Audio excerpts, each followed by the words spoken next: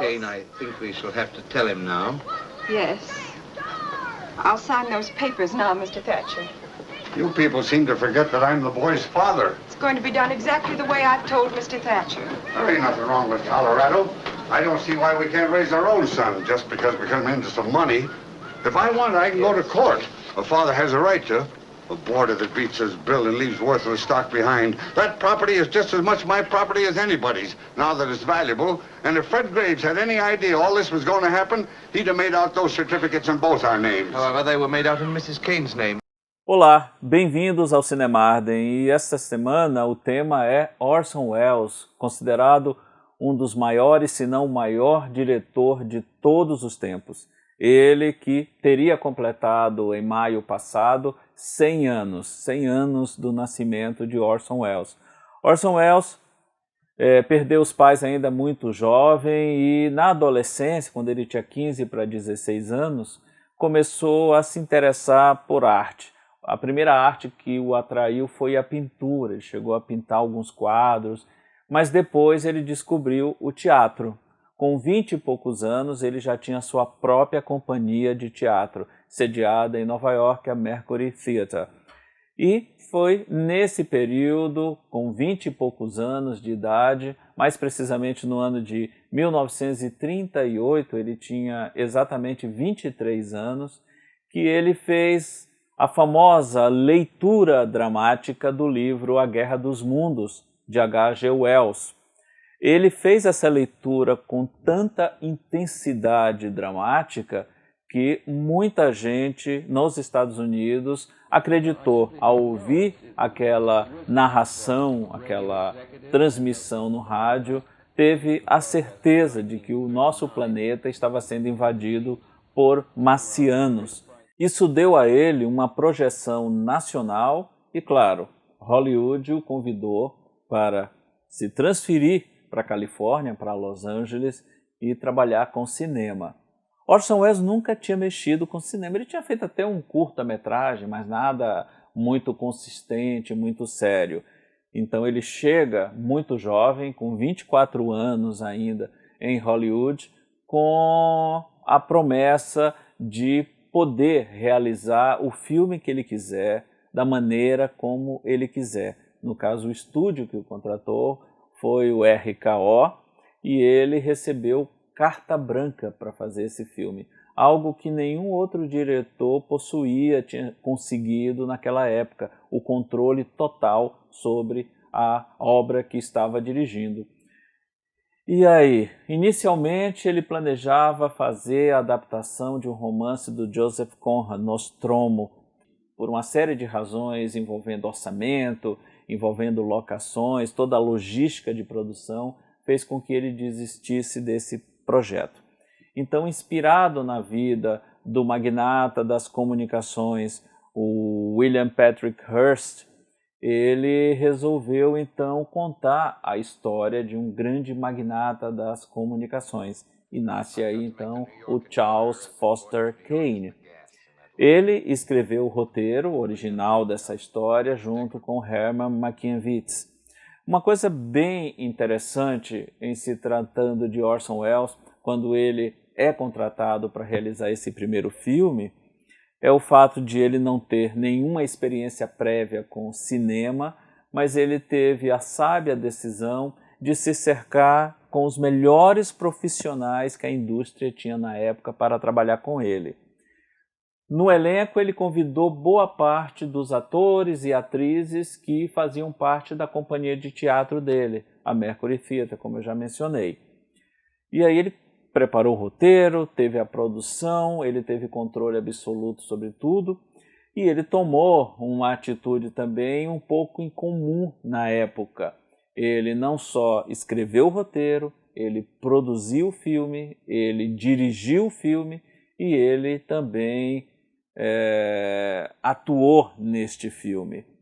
Algo que, com exceção de Chaplin, de Buster Keaton, de alguns poucos, né, não era muito bem visto pela indústria uma única pessoa, um único artista absorver de uma maneira exemplar todas essas funções dentro de um filme. Como eu já disse, ele não tinha experiência prévia com o cinema. Ele se cercou dos melhores profissionais e ele procurou assistir e efetivamente assistiu ao que de melhor tinha sido feito em cinema até aquele ponto. Esse já era o ano de 1939, 1940. O cinema tinha pouco mais de 40 anos de existência. Então ele assistiu a muitos filmes produzidos naquele período, e uma das maiores influências que ele teve foi justamente da escola expressionista alemã, o uso do preto e branco, o posicionamento de câmera, a angulação, movimentação, muito disso ele absorveu desse movimento do expressionismo alemão. Mas ele também aprendeu muito com um diretor e um filme em particular. O filme é No Tempo das Diligências, do John Ford, que havia sido lançado em 1939. Chegaram uma vez até a perguntar para ele, pedir a ele, no caso, que citasse o nome de 3 grandes diretores de cinema. E ele disse simplesmente John Ford, John Ford, John Ford. John Ford foi a grande influência, não só para ele, Orson Welles, mas também para muitos e muitos diretores até hoje. John Ford é um nome importantíssimo na história do cinema. Então ele faz Cidadão Kane, o filme é anunciado e já a partir daí ele começa a sofrer uma pressão muito grande do Hearst, que se sentia atingido com aquela história. Por conta disso, o Hearst inicia, usando toda a estrutura de mídia que ele tem, inicia uma campanha muito forte de boicote ao Cidadão Kane. O filme efetivamente é lançado em 1941, sofrendo toda essa pressão, e é um filme que fracassa retumbantemente nas bilheterias e também junto à crítica. A crítica massacra o filme. É lógico que não entenderam o filme. Cidadão Kane é o que se pode chamar de um filme enciclopédico, porque Orson Welles absorveu tudo de bom que tinha sido feito em cinema até aquele momento e usou no seu filme, e foi além disso, criou uma série de inovações narrativas e se utilizou bem da tecnologia que existia na época para fazer um filme bem adiante do seu tempo.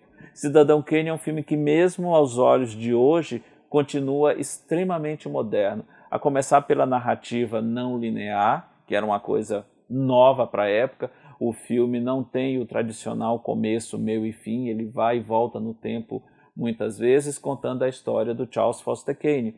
O filme começa já com a morte dele, e ele teria dito pouco antes de morrer uma palavra, Rosebud.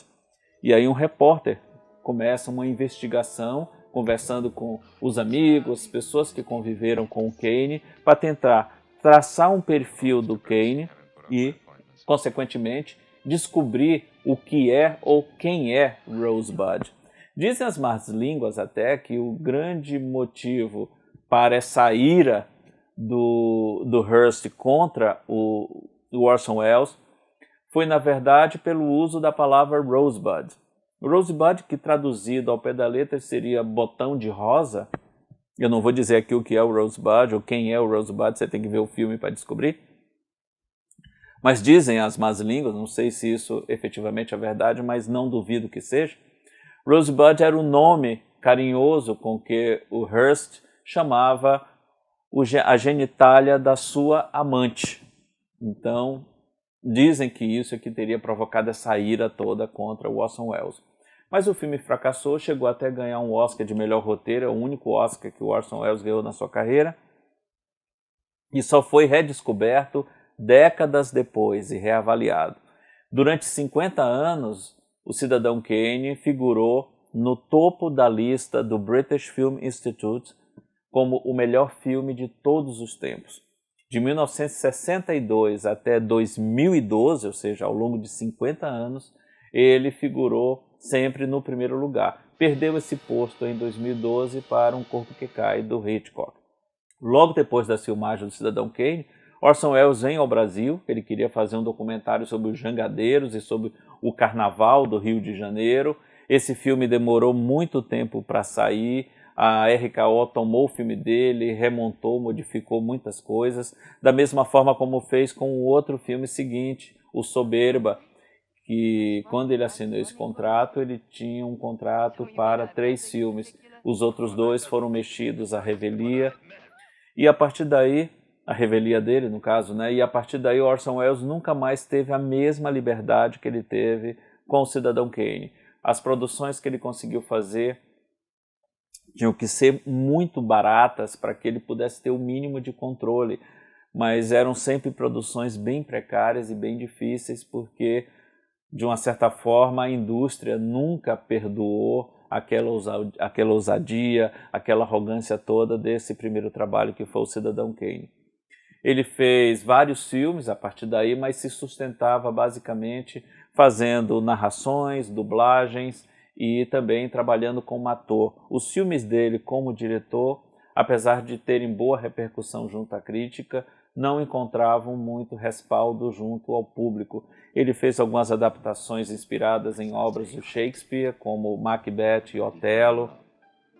Ele fez também, no final da década de 50, um filme noir que muitos consideram o melhor filme noir de todos, e alguns até chegam a dizer que ele é melhor do que o Cidadão Kane. Eu estou falando no caso de A Marca da Maldade, que só foi feito porque o astro do filme, o Charlton Heston, que era o grande herói de ação da época, queria ser dirigido pelo Orson Welles. Depois ele faz um outro filme que ele próprio sempre considerou um dos seus melhores, que é O Processo, já no comecinho da década de 60, estrelado pelo Anthony Perkins, que vinha do sucesso de Psicose. E a partir daí, a carreira dele sempre teve muito mais baixos do que altos. Tem o filme Don Quixote, que ele quis fazer durante muito tempo essa adaptação e nunca conseguiu. O filme terminou saindo muito tempo depois. Daí as dificuldades que ele sempre teve para conseguir financiamento e achar espaço para se expressar artisticamente. De qualquer maneira, se Orson Welles tivesse feito apenas Cidadão Kane, ele já teria o seu lugar de destaque na história do cinema. É um dos filmes mais importantes da história, de um cineasta também importantíssimo e que fez outros trabalhos muito relevantes. E agora, nessas comemorações dos seus 100 anos, a sua obra ganha um destaque maior e muitas delas estão sendo lançadas, reavaliadas, o que vai manter por muito tempo a força, o impacto, a genialidade desse grande cineasta. Eu encerro com uma sequência muito engraçada, bem interessante, que foi exibida no final do filme Ed Wood, dirigido pelo Tim Burton. Ed Wood é conhecido como o pior cineasta de todos os tempos, e o Orson Welles é o oposto, é considerado o melhor cineasta de todos os tempos. O Tim Burton, no final dessa história, desse filme do Ed Wood, coloca o Ed Wood, vivido no filme pelo Johnny Depp, encontrando com o Orson Welles, que é vivido no filme pelo Vincent D'Onofrio. Os dois se encontram num bar e travam uma conversa muito interessante. Você tem juntos o pior e o melhor, e os dois estão enfrentando o mesmo tipo de problema. E isso não pude confirmar se esse encontro efetivamente aconteceu. Eu acredito que não tenha acontecido. De qualquer maneira, é um toque bastante original, criativo e divertido que o Tim Burton inseriu na cinebiografia do Ed Wood que ele fez. Vale conferir. Até o próximo Cinemarden.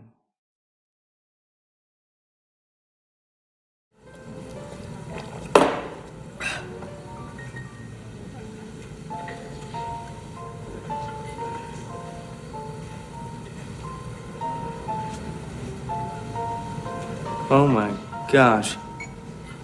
Orson Welles.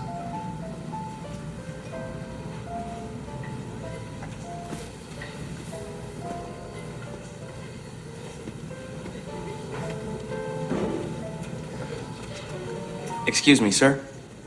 Yes? Well, I'm a young filmmaker and a real big fan. I just wanted to meet you. My pleasure. I'm Orson Welles. I'm, Edward D. Wood, Jr. What you working on? Well, the financing just fell through for the third time on Don Quixote. Do you know, I can't believe it. That sounds just exactly like my problems. It's the damn money men. You never know who's a windbag and who's got the goods.